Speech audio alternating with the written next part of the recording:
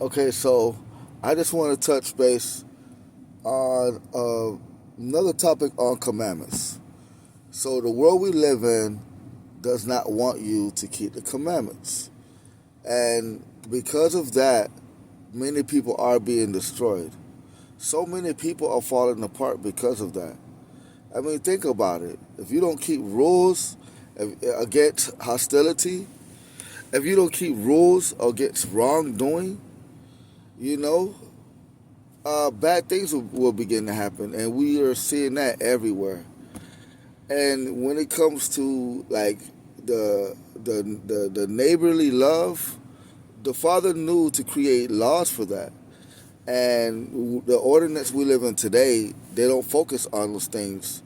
They don't care about the neighborly love. They only give you laws concerning the city or like basic things that don't teach you to love your neighbor. How about that? That's what they're doing. They're not on purpose with teaching you to establish a relationship with God first and foremost, and then having a relationship between one neighbor to another, to treat each other with loving kindness and fairness. And the Father knew to create these laws because He know that how human beings are, and the way we come together when we keep the laws. It's just that we can survive better this way. We can structure ourselves better by having laws. But when we're not doing those things, people die. I mean, it's happening everywhere, and the children are dying. The women are getting kidnapped. Everything is just falling apart. You can literally see the whole earth, all across the earth right now, is being destroyed. I got a scripture for you, and it says here in Psalms chapter 119, verse 10, "With my whole heart have I sought you. Oh, let me not wander from your commandments." See, that's how we got to be. We got to be like King David. You got to seek the Father with your whole heart. King David was a man after God's own heart. And he is an example, much like the Messiah, of how we need to be. We need to be a person after God's own heart, to want to keep His laws and His commandments, to want to love your fellow neighbor. Ask yourself, do you agree with the laws? Let's say, for instance, do you agree with thou shalt not kill? Could you imagine someone killing your son or your daughter or your mother or your brother, or your sister, your dad? You wouldn't want that. So that's something you agree with. What's another thing you agree with when it comes to the laws? Let's say stealing. Say you got your nice new television. Would you want someone to steal that? Would you say you agree with God on that? Of course you do. You don't want no one stealing your car or stealing something that belongs to you that you hold value to. So there you go. There you go. Right there you have an agreement with God there. When it comes to the things that matters, okay, the laws definitely help in those areas. The personal things that can help people have a real established relationship. Like when it says love your neighbor as much as you love yourself. Imagine if everyone did that, you know?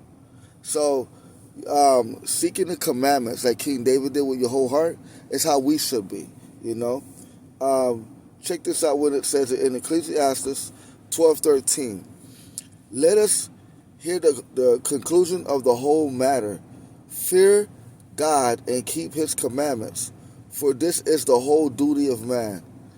So, wow, that was said thousands of years ago, and he knew that. And so that means the people of that time knew that. The whole duty of man is to fear Yah and keep the commandments, and that's the duty of man. It's to follow the instructions of the Creator. And we're not doing that. It's no wonder why you see people getting destroyed. You see people falling apart everywhere. And so I know this has got to be making sense to you. And I hope that the commandments make sense to you. Now, after I said all I've said, I understand things concerning the world that we live in, and I'm telling you right now, one of those things that people don't understand is that they're going to go to hell because they don't keep the commandments. People don't know that. A lot of people really walk around thinking that they're saved and not understanding that they're not. You know, they will say, Lord, Lord, what, you know what I'm saying, why are you throwing me into the lake of fire? You know what I'm saying? Why call us me, Lord? You didn't do what I said. You get away from me, you who practice lawlessness. The king literally said it in the very verse. Okay, he said, "Depart from me, you who practice lawlessness." Come on, all right. That right there is a dead giveaway for why you should keep the laws. And the king really said that. I mean, it's something that will go over your head every time. If you're not paying attention, it would. Here's another verse. Psalms chapter 1, verse 12. I'm sorry, Psalms chapter 112, verse 1. Praise you, Abba Yah. Blessed is the man that feareth Abba Yah, that delighteth greatly in his commandments. You see that? So you got to delight in the commandments. You got to find all your reasons as to why. Like me, for one, I don't want to go to hell. Okay? Number two, I actually agree with the Creator. I see a lot of people dying, a lot of bad things happening pertaining to not keeping those laws. So it's sad to know the truth about that and then to watch that happen at the same time and to not being able to do nothing about it, but to make a video. Hopefully you will listen, you know, and it can start with you. And, so each one teach one. It's so important that we understand that we need to be able to bear fruit to one another.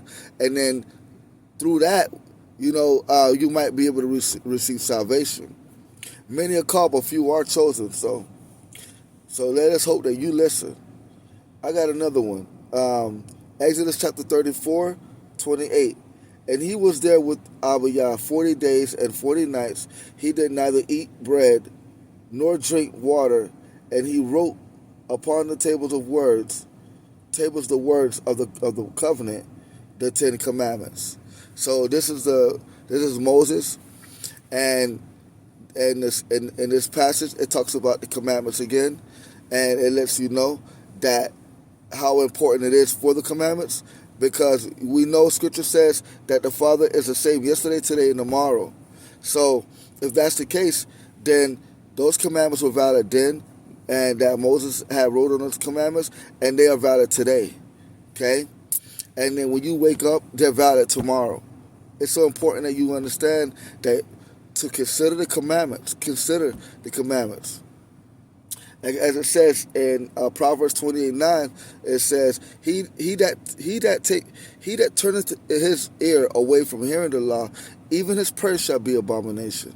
So right there, that's a dead giveaway right there. Yah does not want to hear your voice. It's like he don't want to hear you. If you don't want to hear him, these are his laws, his rules, and you not wanting to hear him. That's ridiculous. Okay, if you want the Creator to hear you, you first got to hear him. Okay, now it says, seek ye first the kingdom of Yah and all his righteousness, and all these things shall be added unto you. So you have to know that you got to seek first the kingdom. You got to seek first the kingdom of Yah first. So you got to do it first. Okay, and then all his righteousness, that's his commandments. His righteousness is his commandments. And then whatever you worried about in your life, it should be added to you. You'll be blessed. All right? We got one in the New Testament. John chapter 14, verse 21. He that hath my commandments and keepeth them, he it is that loveth me. And he that loveth me shall be loved of my Father. And I will love him and will manifest myself to him. Again, and that's in the New Testament. That's not the Old Testament. That's John chapter 14, verse 21. I encourage you to